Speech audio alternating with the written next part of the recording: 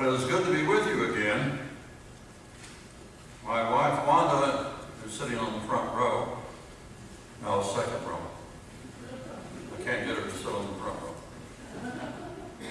row. We were here for Scott's last Sunday, and we appreciated the service very much.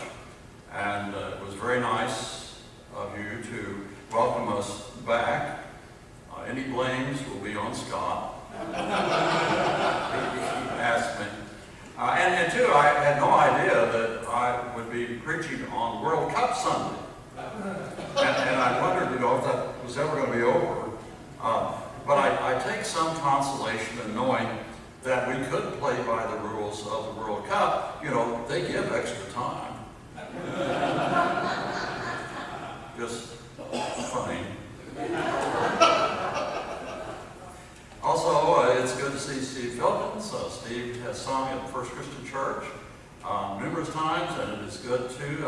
I know there are people here who sing in the Master Chorale, and the director of the Master Chorale is also the director of the music program at First Christian Church, is Dr. Nettie Williams, who's down here also in the front row, or second row, and we're glad that she's here. And there's some other good folks from First Christian Church, and even some friends of First Christian Church who are here. So I'm so glad to see you, and thank you very much for being here.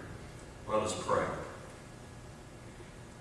And now may the words of my mouth and the meditations of our hearts be acceptable in thy sight, O Lord, our strength and our Redeemer. The preacher was in the midst of his eloquent sermon, and he told a stirring story to illustrate his main point.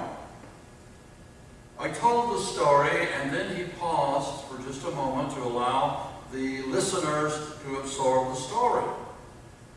Well, in that silence, a voice was heard from the congregation. A 7-year-old stands up and says, "Oh, we've heard that one before." There was silence. And then suddenly there broke across the congregation good-natured laughter. And the minister even put a spin on it. He said, "It shows that our young people listen." Now, the only people who seemed to be disconcerted about this whole matter were my red-faced mother and father.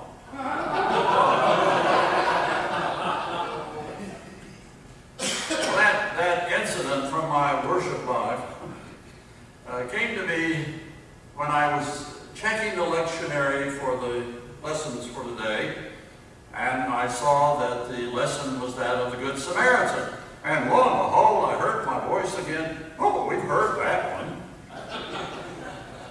And so my homiletical blood ran cold. How can we say something fresh about something we've all heard? Well, miraculously, I remembered another story. It seems there was a university professor who wanted to learn about Zen. So he went to visit a Zen master, and the Zen master invited him to come in and sit down and have some tea. And so Nan began to pour the tea into the professor's cup, and it began to fill it up, and it ran over into the saucer, and he just kept pouring, and the professor could not control himself. He said, "Stop, stop, it's overfull, it's running over." And Nan said, "Yes, and you're like that cup. You have your theories, your opinions, and how can I teach you Zen unless you empty your cup?" So I am suggesting to you we need to empty the cup when it comes to this story of the Good Samaritan. And I want to make the suggestion that this story may not be just about going and doing good deeds. The story of the Good Samaritan tells us to do good deeds. Well, that's it. But what if there is more? What if there is more? So I thought about it, and I thought, how can we find that more? How can we empty our cups?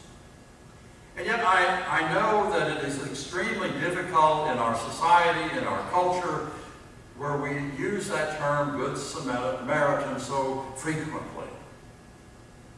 How do we empty our cup?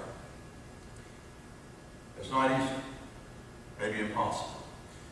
A week or so ago, there was a story on television, on the news, about a man who aided a woman who was being carjacked.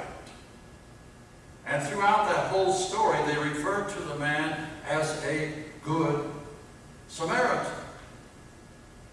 Good Samaritans do good deeds. Well, I thought about that, and I wonder, what if the man who came to the rescue of that woman had been a Muslim?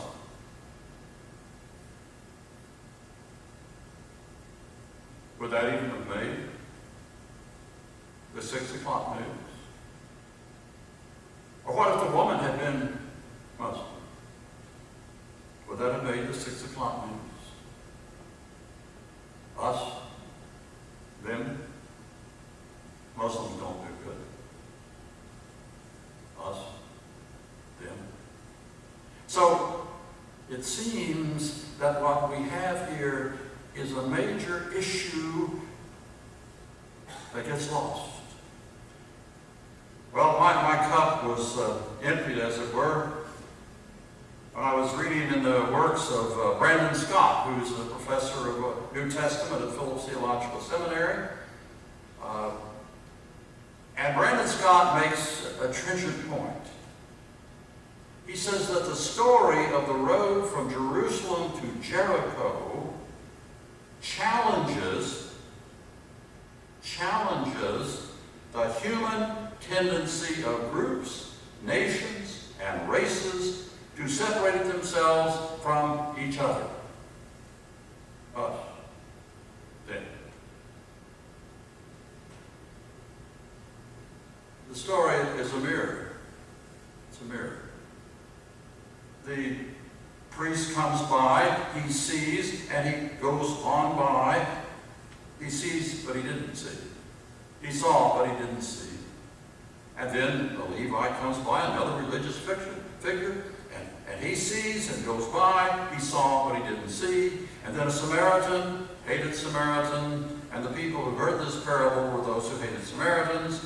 The Samaritan comes by, and he sees, and he has pity.